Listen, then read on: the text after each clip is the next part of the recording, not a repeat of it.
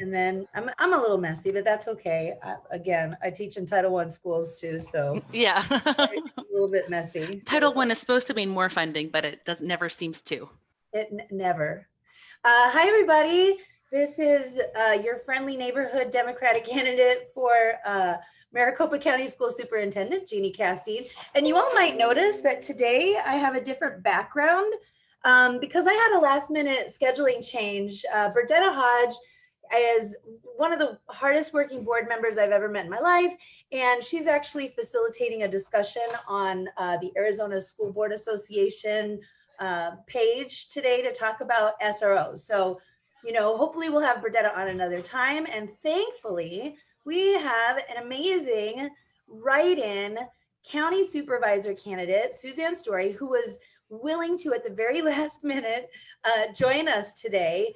And when somebody from the Maricopa County Democratic Party reached out to me, I don't know, I guess it was a couple weeks ago, about having a write-in candidate, I screamed and did a little bit of a happy dance because she is running against Clint Hickman, who is in District 4.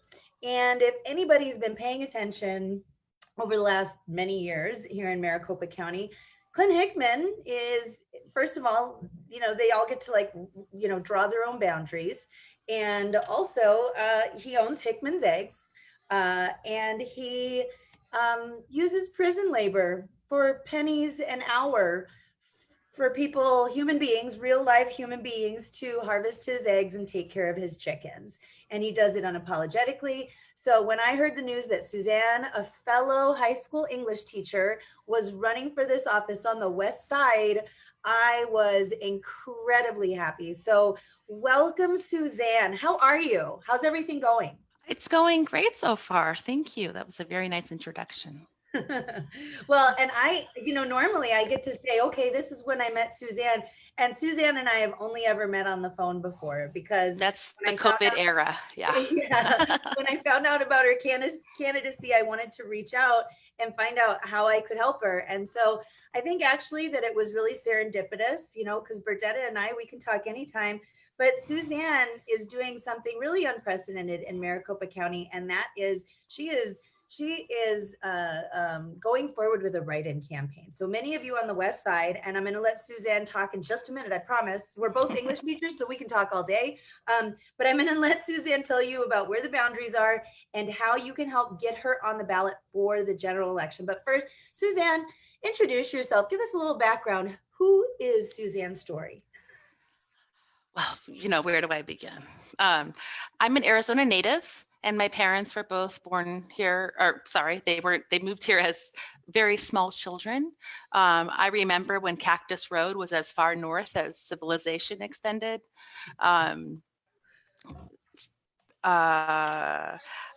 Yeah, I've lived here. I've lived all over the valley. I went to ASU, but I've been fortunate enough to live in a variety of areas. But for the past 20 years, I've lived on the West Side in Glendale and Peoria, and also for the past 17 years, I've taught in the Peoria Unified School District.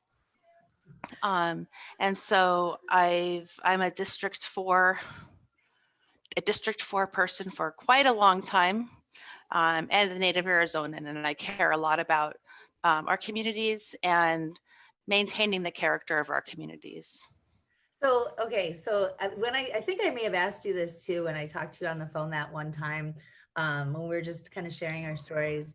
And I believe that you were actually in Peoria Unified School District when Diane Douglas, the former state superintendent of public instruction, was a school board member there. Is that correct? Yes, QI roll or whatever.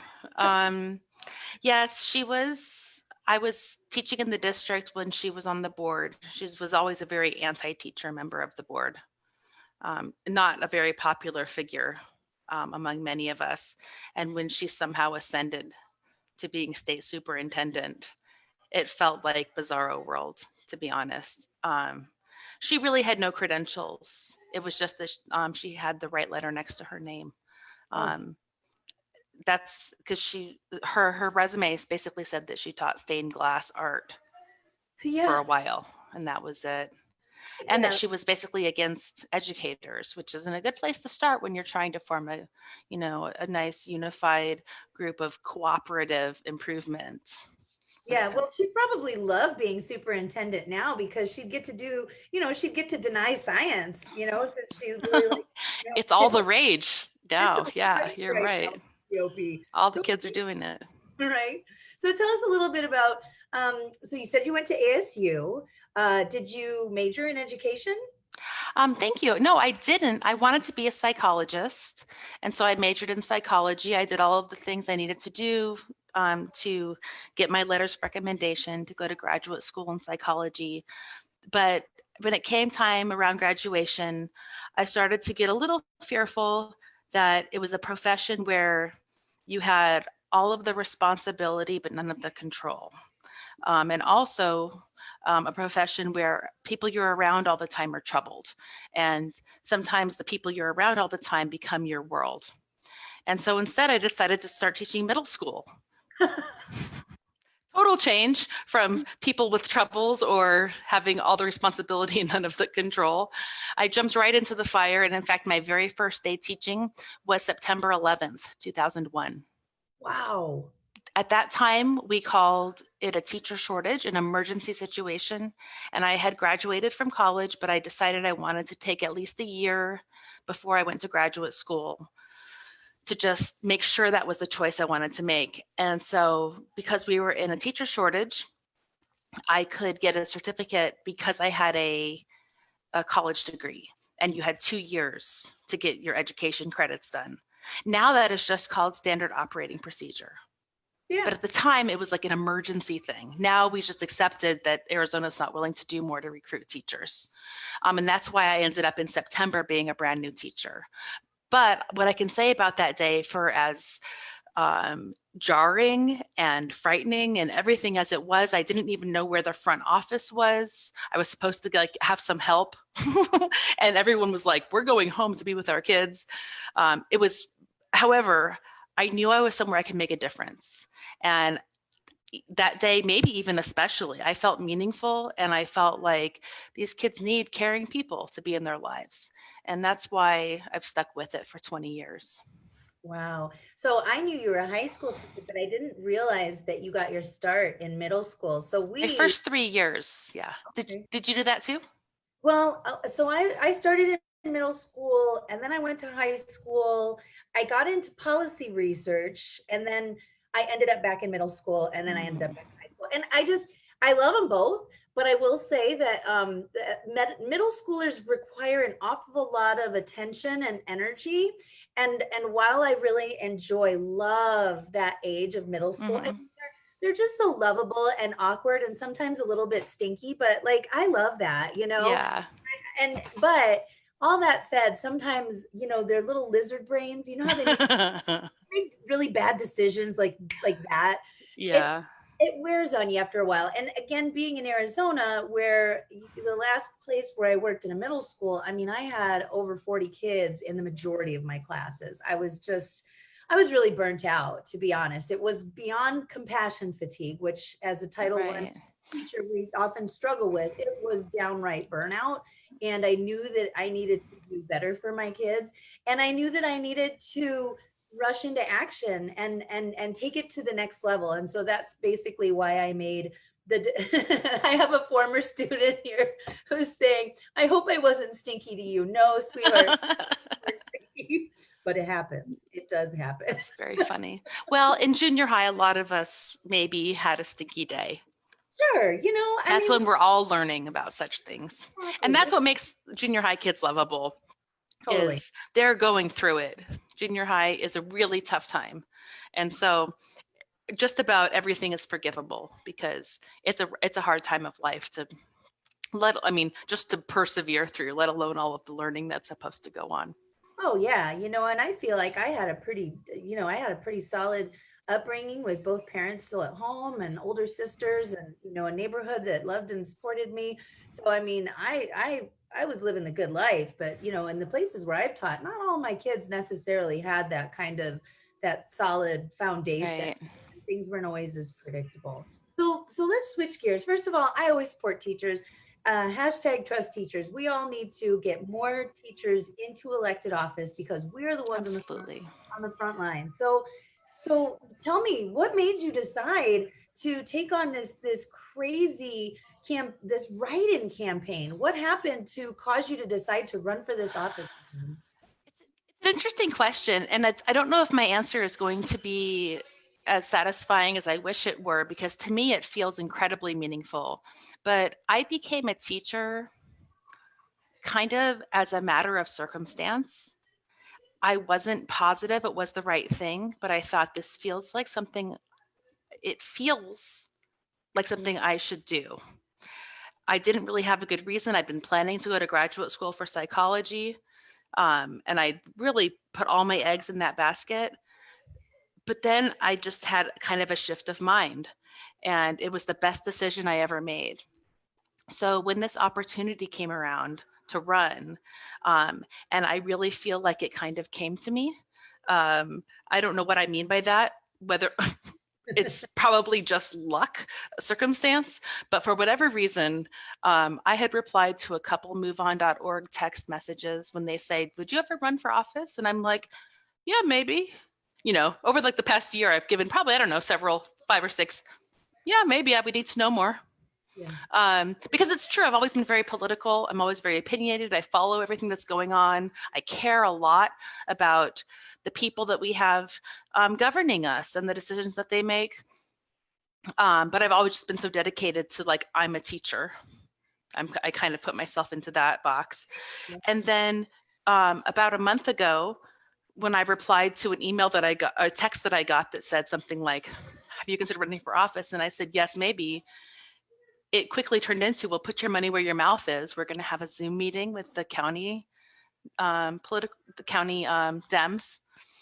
And so you can learn more. Because I kept saying, well, I need more information. And it wasn't just me. There were about 10 other potential candidates who apparently had been giving positive but somewhat wishy-washy answers on that, to that question. And I got to meet Maritza and Steve Slugaki and some other people in that who were incredibly supportive. And I thought, you know, I've been saying for a long time, maybe I'll run for office. And here I am meeting the people who I need to meet in order to make that a real thing. And so it kind of felt like kismet that this is, I don't like to turn down opportunity when it knocks. And to me, it felt like an opportunity to learn and to grow and to hopefully serve my community in a new way.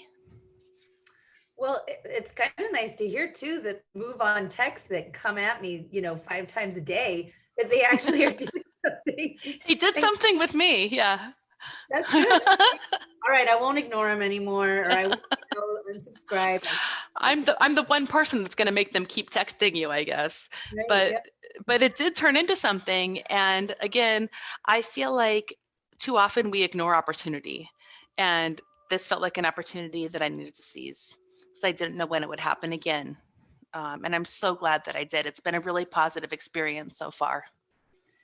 Well, I know for one that I am. Like I said, I screamed and did a little happy dance, and everybody on the west side. So you know, let's talk about the County Board of Supervisors. Let's talk about first, what are your boundaries or the major cities that fall within the boundaries of District 4?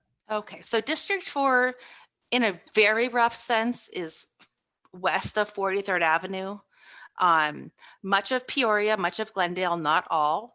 Sun City West, El Mirage, Buckeye, Wickenburg, Tonopah. Basically, it's roughly, and again, it changes the further north and south you get, it moves a little bit here and there, but roughly 43rd Avenue north, and then curves to Wickenburg, and then south to I-10 and everything on the north side of I-10. Okay. You'll know if you're in oh, go ahead. Sandoval is on saying Goodyear. Don't forget Goodyear. Oh, Goodyear. Yes. Goodyear. Thank you. And Avondale. Yes. Okay. So a pretty big area, like, I mean, the west side. So it's really a massive area. It's a bigger area than one person should represent. And so are all of the districts. We haven't changed the number of districts that we have. I'm going to go with ever. We've had like 5 districts, but our population has grown massively.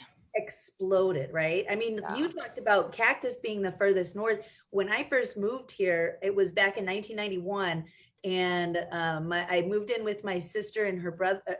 My sister and her husband, my brother-in-law, and they were at Kyrene and Elliott. And I'm telling you, the apartment complex where they lived was brand spanking new, and to the south, all you was could all desert. desert. That's it. Yeah. I mean, now it's just, if you've been to Ahwatukee or South Tempe, whatever that area is, it's just so crazy populated. So you're right. I think that's interesting. So for the people out there who don't really know what it is that our County Board of Supervisors does, can you maybe give them a quick tutorial about what they actually do?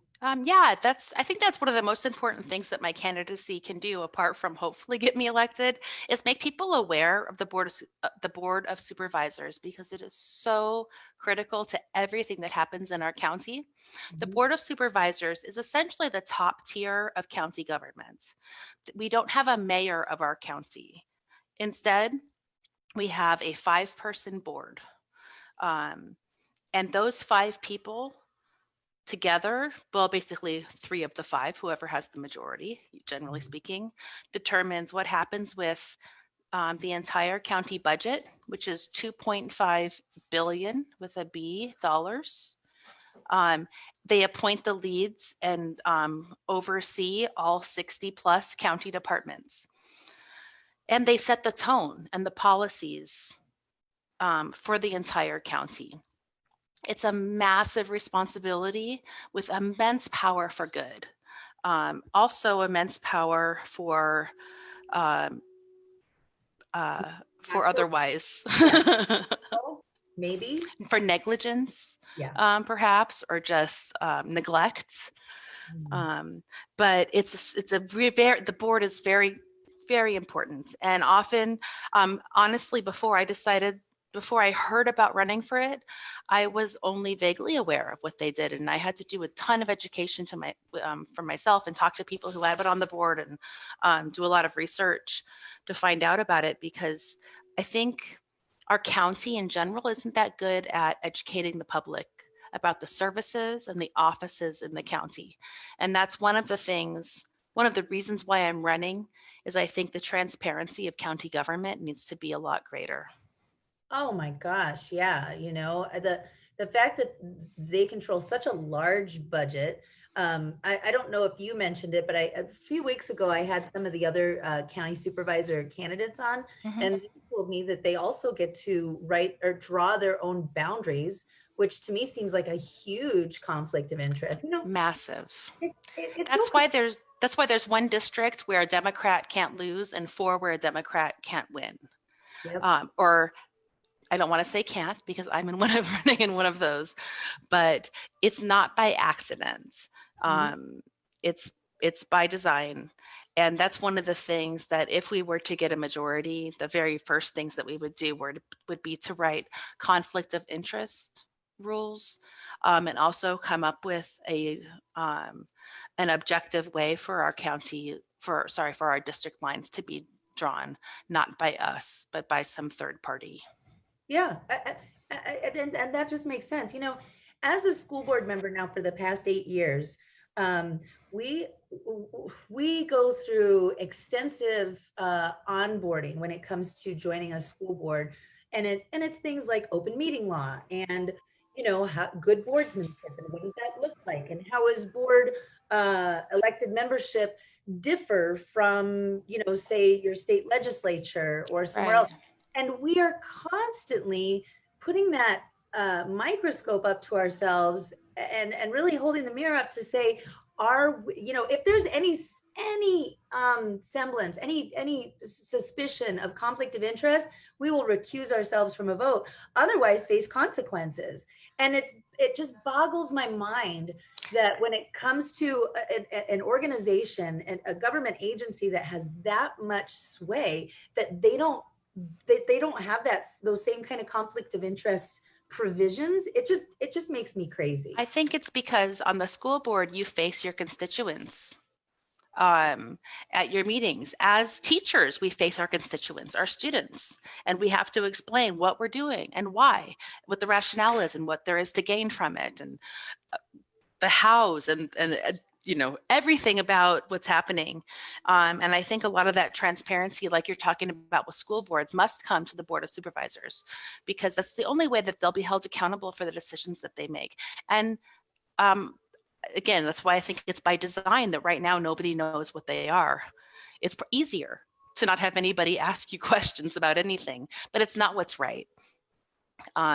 So yes, as a school board, I'm sure you're open to scrutiny because your constituents are there. Right now, most people in the county aren't necessarily even aware that the board is making decisions that affect them so closely. Yeah, I was talking to Deidre Aboud. I can't remember which number the district is where she is working. But I think she's in 2. Yeah, I know it's like, I think it's like the East Mesa area, but she was talking extensively when I had her on a couple of weeks ago about, the guy she's running against heads up the restaurant, the restaurant coalition, whatever they are. And, certainly right now, I put myself through college in restaurants. I actually just spoke to my former boss, owner of Persian Garden Cafe, which has some of the best vegetarian and vegan food on the planet, 15th Avenue in Thomas. If you're interested, Mahmoud would love to serve you. He's only doing takeout right now, but I'm writing that down. That sounds it's so good. And it's not just vegetarian. They also have halal. There's lamb, but I can't, I'll see, this is us English teachers. We can go off topic and we get real chatty. Okay. All right. Focus. Of Focus. course, I want business to survive through this COVID thing. He Yeah. was like a father to me. And, but he's made the decision for, his clients and for his staff to keep safe. And so they're only doing takeout. But when you've got people like that, that's a major conflict of interest. Hickman's Eggs, I'm sorry, is a major conflict of interest. And from what I've understood, there have been a lot of complaints from people around his egg processing plant about bad smells and pollution and things like that. So to me, again, it feels like that is another kind of conflict of interest, because from what I understand, they don't even have to respond to these kinds of complaints if they don't want to. Not if they don't want to. They are the top tier. And so there's really very little oversight. And so if he doesn't want to respond and he's in the majority, the people, the citizens of the county who have a right to be heard are just go unheard. And I agree. I think it's a very egregious use of power. And it doesn't even have the a semblance of trying to avoid a conflict of interest. Yeah, it's blatant at this point. I originally came from Illinois, Chicagoland area. And I thought that we really had the market on corrupt politicians, but it turns out we don't. So I can't wait for 2020, November 4th, when we all wake up, because it was like waking up to a nightmare in 2016 in November. And now I'm ready for a better state, because Arizona is one of the most beautiful places on the planet. I love camping and hiking here. I love the Grand Canyon. It's just, the desert here is beautiful, and we need to be good stewards, not only of this beautiful state that we live in, but of the citizens who choose to live here too. So let's talk. Yeah, and just to interrupt briefly, and then I want to hear what the transition you're about to make. Maricopa County is nearly 50-50 Democrat and Republican, but that is not reflected in our county government because of the districting that's not happening. That's not happening fairly. So that's another reason to really push to get a fairer representation on the board, because then we can change our districting rules so that it reflects the population.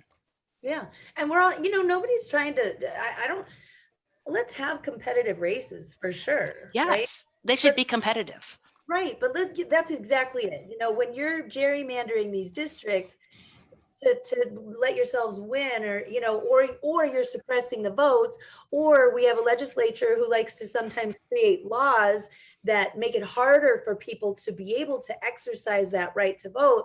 Well, you know, if you can't just win a race, then maybe your party's not relevant anymore. And so again, going back to turning Arizona blue, we've got a ton of people who are working on it, and we appreciate you for stepping up to the plate. So I'm gonna get out of the way real quick. Okay. And for all those people in the cities and townships that Suzanne mentioned, this is what you all need to do. So if you're like, wait a second, this isn't fair, I don't have anybody to choose from on this ballot, it just says write-in candidate. Well, take a look at this screen behind me, and this is how you can finally in the West Side get some representation of somebody who will fight for what's best for the West Valley. So you can see it here, but I'm going to let Suzanne kind of walk through the process of what you would need to do now that we have our ballots with stickers. Thank you, Adrienne. Yes. What do they need to do? So when you look at your ballot, you will read through it, scan down, and you will eventually come to the point, which is on there, where it says Board of Supervisors. If you're in District 4, it will say District 4, and or there won't be a candidate pre-printed. If you have Jevin Hodge or Deidre Abood or another candidate there who's pre-printed, Whitney Walker, Steve Gallardo, then you don't live in District 4. If you're in District 4, there'll be one line that says no candidate, and that one line in light gray will say write in person here.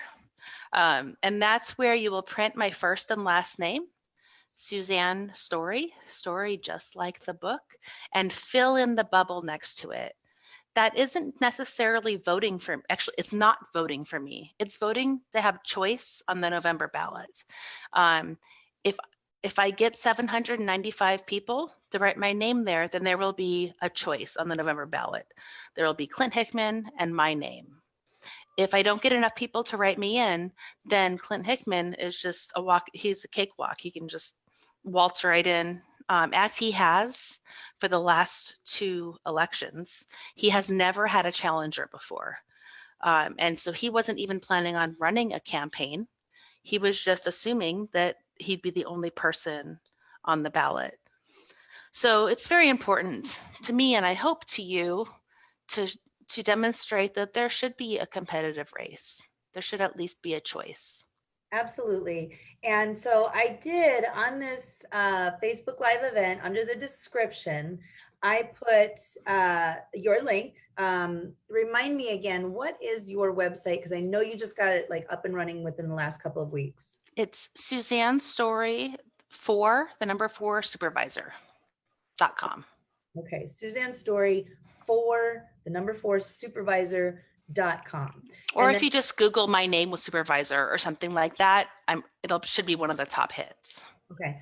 Well, and I also went ahead and put up your Facebook page. Thank you. So that way, if people want to get involved with your race, I know there's a lot of candidates out there. I know Mariana Sandoval, who is running in LD 13. You of course have folks like Martin Quesada, who's already representing parts of the West Valley in LD 29. I'm not sure, Tony Navarrete, I think he might be. He's part of his area overlaps with District 4. Okay, but so then that would mean too, people like Kathleen Onay, who's in LD 22, Sarah Tyree. So we've got all these people that, you know, finally in some of these redder districts, we actually have people who are stepping up to the plate and willing to run. And so while you guys are filling out your ballots by bubbling them in with these candidates, this is how you spell it: Suzanne Story, just like the book, which is perfect for an English teacher, by the way. Story. It's almost dorky. It's so perfect for an English teacher. I've had students say, "Did you change your name for that?" Yeah. No, I mean, yeah. If I would. That's a really cool name. You know, Eric Kurland actually in LD 23 was like, "So Casteen, what do you think about just shortening your name to Jeanne Casteen? Don't you think that has a nice ring?" And you know, I'm still taking it under advisement, I guess. I don't know, but don't get me wrong. I love Eric Kurland and he gives good advice. And right, but your name's your name. Yeah. So anyway, well, you know what? This has been really great. I appreciate you. Now, you signed your contract in Peoria Union, correct? Peoria Unified, yes. I'm sorry, Peoria Unified. So has your school district, and I won't keep you much longer because I know I'm going over. No problem. But has your district made any formal decisions about returning to school? I don't want to speak on behalf of the district because it's possible some things have come out that I'm not aware of, but so I guess I don't want to speak on behalf of the district. All I can say is that my personal feeling, if I were to have a crystal ball and I were guessing how things are going to go, I suspect that we're going to be online for the first quarter because it's just too soon to tell what's safe. Yeah.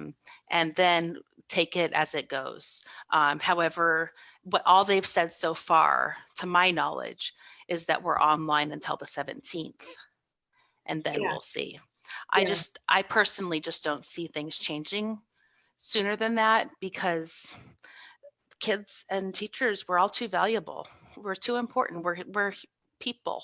And with our numbers the way they are right now, I just suspect that we're going to take a few more weeks to see where things are.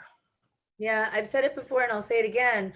It is not a coincidence that we are constantly battling in the bottom three for, the lowest outcomes for education, whether it's teacher satisfaction, per pupil spending, whether it is largest class sizes. Arizona's consistently with Alabama and Mississippi, and that is not a coincidence. We're fighting for last place. Always. I mean, nobody wants to do that. But hey, guess what? We're first place when it comes to COVID. Woo! And those two things are directly related to each other. So I am so glad that you are stepping up. We need more teachers to step up and run for office. And so I wish you the best of luck, Suzanne. Thank you. Of course. I'm not going to change my background, but everybody should know too that I still need your support, jc4mc.com. But don't forget, this is Westside people. This is your job right now. Talk to your neighbors, talk to your grandma, talk to your cousins, talk to whoever's going to listen to you who has a Democratic ballot and who hasn't sent it in yet. They get a sticker now. Thank you, Adrian. So let's make this happen. Let's get Suzanne on the ballot. And thank you, Suzanne, again, for coming on today, such last notice. I really appreciate you. Yeah, no problem. Thank you. I enjoyed it. All right. Take care. We'll see you all later. Okay, sounds good. Right, Bye-bye. bye-bye.